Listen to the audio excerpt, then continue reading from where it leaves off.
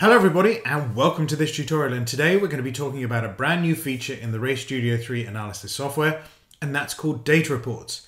Now I'm quite excited to talk about this feature because it's brand new and I haven't really had much of a chance to be able to get into this in too much detail, so this is as much a tutorial as it is a discovery session. I'm hoping over time that this will become a key component of the data analysis we do at the track, the data analysis I do on my own files, and interestingly, hopefully will part of the tutorials that we release later this year on data analysis. Now let's get into Race Studio 3 and have a look at the feature itself and really understand how to use it. So here I am, I'm in the software right now, and yesterday I was at Castle Combe doing some testing, and there are a couple of other drivers who are out at the same time, so I have their data, and we can start analyzing it to be able to see how this feature and this data reports feature will allow us to be able to analyze. Now, if you talk to AIM, they've said that this feature is really designed to be able to help people who are running multiple cars in different sessions to be able to understand trending and information across an entire sort of fleet of cars, so to speak. But I actually think this is really useful for session-to-session analysis as well. So let's look at that in a little bit more detail and see what's going on. These are the sessions that I'm going to open up. So we've got basically at 1:50 yesterday afternoon, there's me, and I've got a couple of other drivers that are here in like vehicles. So they're all Van Diemen's. One's from 2001, goes all the way through to one that was effectively built in 2016, but all the same shape and size and of the latest machinery. So there shouldn't necessarily be any issue that is associated with one vehicle over the other. It allows us to be able to do some comparison. To start loading up the data reports, instead of clicking on this button that would take me to opening the sessions for analysis, I'm going to click on this button. If you don't have this button that is here, don't worry, it means that you haven't updated your software. To do this, just make sure you click on this button and make sure you've got the very latest version of Race Studio 3 analysis. So I'm going to click on here, and it's going to present me with this particular view. Now yours on your versions will say default aim 1 and 2. I've added a third one and we're going to talk about that later. We're also going to talk about the data reports manager and how to work this through. So I'm actually going to click on default aim 1. This is the first sort of view that they've set up to be able to analyze the data. And when you click on that, you're going to get this view that's going to sort of show up. Now, one of the most important things that you will need to make sure that you're really good with or comfortable with is how you've segmented the track that you're driving at or you're analyzing to be able to understand different sectors or splits or segments. They're often referred to here as splits, but these are effectively the segments that you've set up. Here you can see that we have the Race Studio 3 splits that have been set up as default. And if you're wondering what I'm talking about here, don't worry, I'll put a link to a tutorial, I think either up here or up here, that will take you to the tutorial I created on how to be able to segment tracks to be able to set it up for your own personal sort of analysis. Here in the Race Studio 3 defaults, these colors really represent corners, and so you can see that in each of these particular instances, these represent corners in terms of red and blue, and you've also got green that represents straights. This is important because this is now visible here in terms of what are the corners and the straights that are going to be analyzed as part of this data report feature. The reason this is important is as we go over to looking at each of the areas and analyzing certain key variables, it will be important to understand what matches with which. So, or what matches with what, I should say. So if I click on number 2 here, it's actually going to highlight this area number 2. The reason it hasn't highlighted number 1 is number 1's a straight, and that's over there here. So you can see if I can click on each of these. And each of these particular areas represent the split that is here. Any analysis that happens in this section here will match whichever the segment that you've selected or the split you've selected here, whether it's a default that's coming from AIM or whether it's ones that you've set up yourself. And we'll get into that in a little bit more detail a bit later on. But let's actually have a look at what's being said in the report and some of the buttons that are around as we look through it.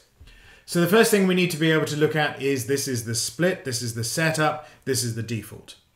What we're being told is what was the weather on that particular day. We can see it was around about 2 o'clock, and so it said here broken clouds with a temperature of about 18 degrees.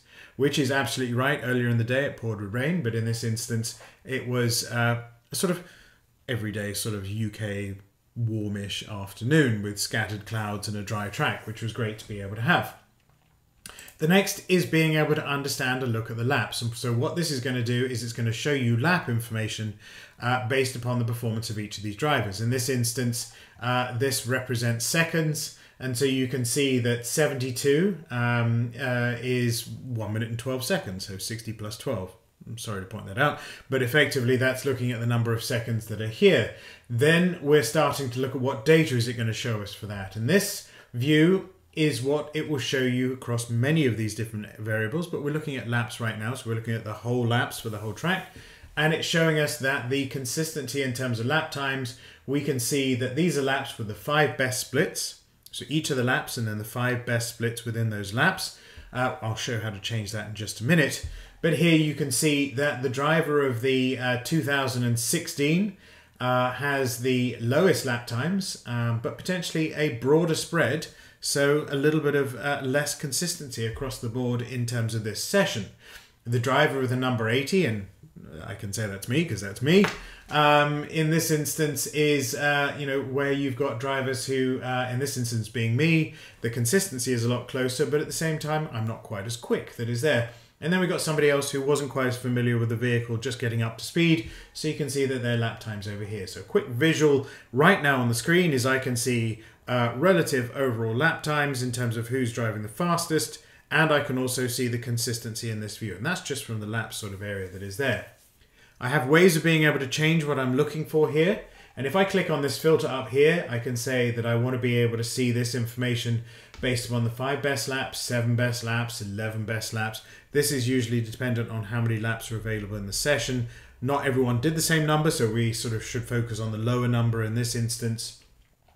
Then we got laps with the splits. Now, depending on how many splits you have, if you've got 5 splits, doesn't make sense to do 11 best splits that are there. What you want to be able to have a look at is the laps with the best across each of those particular splits that are here. If you think about splits, here's 1, 2, 3, 4, 5 in terms of relative number of splits. So you can see that show me all the laps with the best splits within them. And that just gives you an idea of understanding consistency in the performance, because what we're not looking at here is looking at the entire lap. We're looking at performance and consistency, and we're looking at areas to be able to find improvement in different areas on the track that are there. I can also do it based upon the overall relative laps or the laps that are close to the absolute fastest. But what we're going to do is we're going to leave it with the laps with the 5 best splits. I have other options that are up here. If I click here, I can basically break out the scales to represent scales for statistics with the same units, or I can have different scales for different units, and you'll see that later on as we develop an understanding of different sort of analysis of this particular report. Similarly, I can color code them differently, and this will show up later in the report as well. But you can either use normal distribution, which is what we've got here, which basically is distribution with the same color, but darker or lighter, a bit like conditional formatting, if anyone's ever used that in Excel. Similarly, we've also got a way of being able to represent the data. Right now it's in box plots, but you could also do distribution. This just shows you how over each of the laps, those particular sectors, what the distribution was. If the graph is narrow, that means there's consistency. If the graph is wide, there's less consistency overall, and you can see that. Or you can have a look at it in terms of both. And you can just pop it out to be able to have a look at that performance as well if you like to see both on screen. But this does get a little bit busy as you add more things to analyze, and I'll explain that as we go through. So I'm just going to change that back to box plots, and you also have the option at the end of being able to download or to be able to send. Now, if you do this, you will be asked to download an additional sort of plug-in type software to do this. I think it's just part of the software that's there, so be aware and be warned that may happen if you choose to use this feature. Lastly, we've got up here a couple of other buttons to look at. We have Help from AIM, that takes you to a website which explains a little bit about these data reports feature. We have this cog here, which is really useful, and we're going to look at this in a little bit to be able to understand how to change the view and set up custom sort of reports. And then we have these two blocks that are here. Now I want to go back to what we were talking about earlier, which was based upon how you've segmented the track would determine how this data report presents information. So here, for example, we've got it as the RS3 splits, and it's doing straights and it's doing corners. However, if I click on here, you can see it gives me the split division. This matches all the tracks and the maps that you've set up for each of those, the split sort of setups that you've created for the track you're at. So I have a few that I've created, some during webinars I've done online, some that I actually use to do analysis. So I've got the standard that comes RS3 with splits. I've got a break zone analysis I created for a different type of report, and I've got a custom split, and this is the one I use all the time. So what I'm going to do is I'm going to click on here.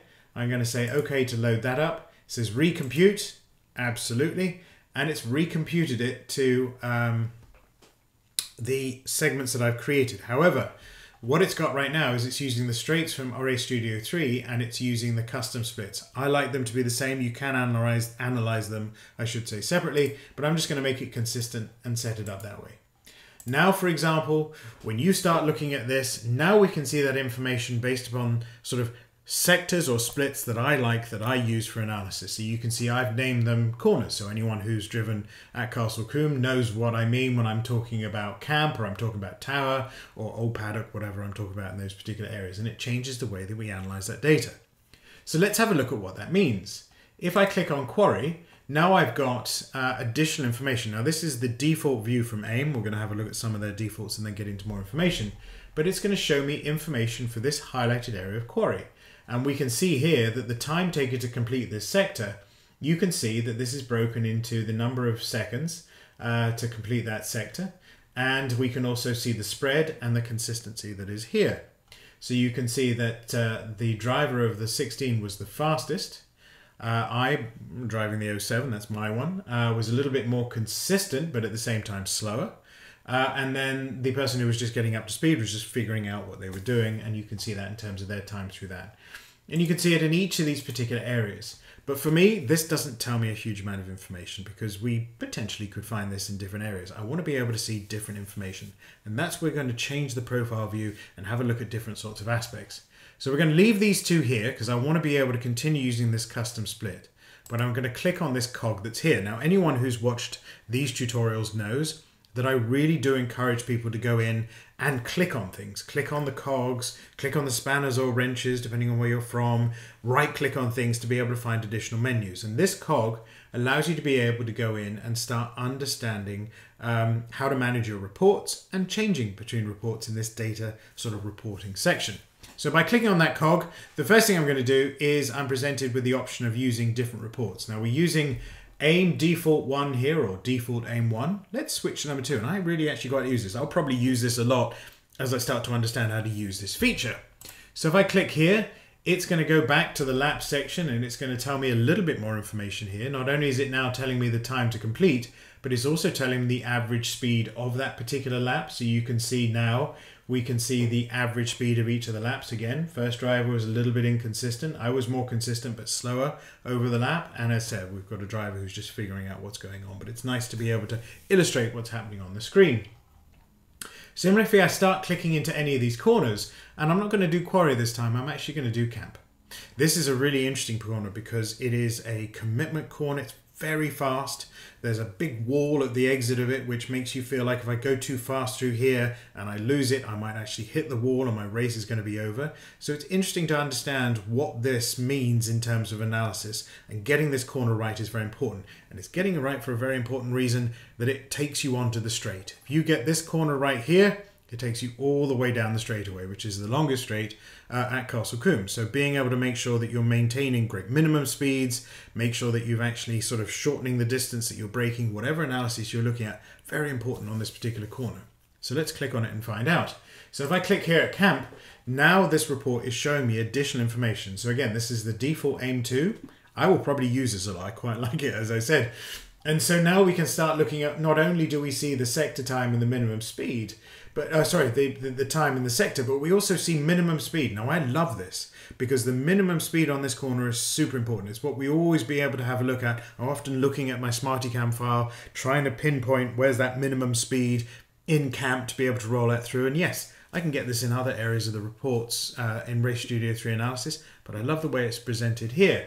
So I can have a look, and now we can start seeing that the minimum speeds by each of the drivers, and we can see that the minimum speed carried by the driver of the 16 here was much faster, relatively consistent all the way down to the person who was figuring out. Now this is important because it allows you to be able to see, you know, that straightaway sort of speed as well. As you scroll through, you can see other aspects such as let's look at the maximum speed, and in this corner the maximum speed for this section would probably be the entry rather than the exit. So you can see here that I'm actually approaching the corner, because I can say that's me, because that's my data, a little bit quicker. But at the same time, you can see that I obviously overslow. We can look at that in more information because my minimum speed is there. It's an interesting dynamic. Can I see any more to help me with that? Well, we can look at the average speed through that overall sort of area. And you can see here that the average speed through that sector that I've created here, for me, is around about sort of 95 miles an hour. For this driver, it's 96, 97. And that makes a difference as we start looking at lap time. So we can start seeing additional information on this page. And it's a fantastic visual to be able to have a look at and just sort of say, here's some information that we should look at. Here's the minimum speeds. And it's nice to be able to do it across multiple drivers. We could also do this for ourselves on sort of driver-to-driver analysis. So finally, we want to be able to start saying, well, I want to be able to have a look at something that's custom for me. Now, if I click up here, I can go down to switch to driver performance. Now, this is one that I set up just earlier. And we can see that if I go back to camp now, I've got additional information that I wanted to look at in terms of, remember I said, okay, well, hold on a second. I might be approaching there at a good speed, but I'm overslowing. And what is available for me to be able to understand that? Well, I set one up that looked at performance under braking. This is part of some of the channels that have been set up for us by AIM, so I didn't need to do anything fancy. I just needed to tick a few boxes.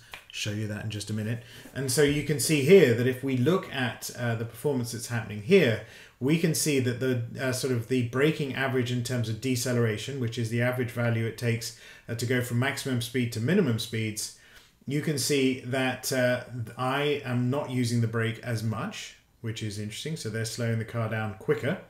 And this tells you in terms of the distance that it's taken to be able to slow the car down in terms of that particular speed as well. So am I holding onto the brake for longer? And now you can see that the spread is broader here in terms of what's going on. So yes, I might approach that corner a little bit quicker than the previous report had said, and we could probably combine the two together. But at the same time, you can also see that I'm holding onto the brake longer, slowing the car down, which means my minimum speed is arguably a little bit slower. And I say arguably, don't need to argue with the data because it tells me. You can see that my minimum speed is slower. So I can start understanding what's happening in relation to the distance in terms of the speed, the distance between minimum and maximum speed in this instance, in terms of how long it took to slow down. The driver of the number 16 did it in a much more efficient, shorter period of time to be able to get to that particular point. So that was an interesting sort of analysis that's here. So you could look at all sorts of stuff here. And one of the things I'd encourage you to do is to be able to play around with this. Some of you may never even want to be able to use this. Some of you may use this all the time. And that's the beauty of the software. But if you want to be able to customize your own view, this is the last thing I'm going to show you today in this particular tutorial. To do that, we're going to click back on this cog that is here. And we're going to switch to the Data Reports Manager. And this will show you all of the particular reports that are set up. We've got the two default ones that we've shown, and then we've got the driver performance one that I set up, mostly for demonstration, but at the same time, starting to understand how this works. If I wanted to click on a new data report, all I do there is I click on that. I can say here, this is the tutorial video report. I can go in here and I can say tutorial video, and I can go in and say author. Now the reason I love doing this is as we start sharing more, we may be in a position to be able to say, oh, that's a brilliant report that I just got from, could be someone like Roger Goodell, who's the training manager in the US. You could say, I brought this brilliant report. Do you want to be able to have a look at it? And you can see who's created it. Similarly, if we go into the report items, this is where we configure it for what we need. So remember earlier I was looking at different aspects in terms of the braking average for deceleration. This corner items represents what we're going to analyze in the corners. This straight items is what we're going to analyze in the straights. And they're slightly different because you look at different things in different areas. One of the things you can do is you can tick on any of these and you can start creating your own report. And if there's something that's not in here you want to be able to have a look at, you can start experimenting with creating your own.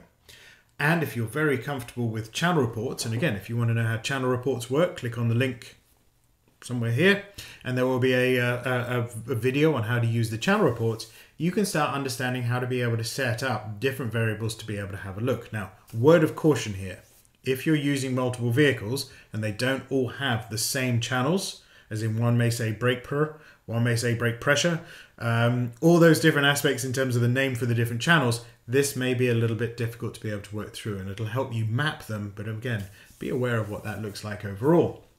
So I'm not going to load any now, but that's something that I encourage everyone to work with. And if you do get comfortable with it, please comment in the box below. Let's help everyone as part of this community sort of generate more on this particular sort of tool. So as we go through, we can set that up. I can click on OK. It now appears here. I'm going to click on exit. And if I go up here now, I can go in and I can say, let's switch to the tutorial report. And some of those additional features I was talking about earlier start to appear. For example, if you want to be able to see the deceleration times from speed 95 to 65, how long is it taking to be able to modulate that? You can see that there's different performances by each of the drivers that is here. And this is where you can change the view up here. So we could do a in color scheme. So you can see that's like conditional formatting. Or I can actually go in here, I can use a rainbow scheme and have a look at it that way. So lots of different ways of having a look at this particular data. And I encourage you all to be able to get in and work through it. So with that, I'm going to end this tutorial. It's gone on for a little bit, but it's a nice new feature. And I think this will appear, as said, in many of the sort of the data analysis videos that we prepare for the second part of this year as we progress through race season. If you like this video, please let me know in the comments box below. A thumbs up would be lovely. I think that just trains the YouTube algorithm going forward. And as said, if you like this video and it's really helped you out, great. If you really like this video, there's also a button there where you want to be able to give a little tip or something. That would be nice, just to be able to help pay for a lot of the production that goes into some of these videos. But with that, it just leaves me to say thank you so much for watching the video, and I hope you find it useful.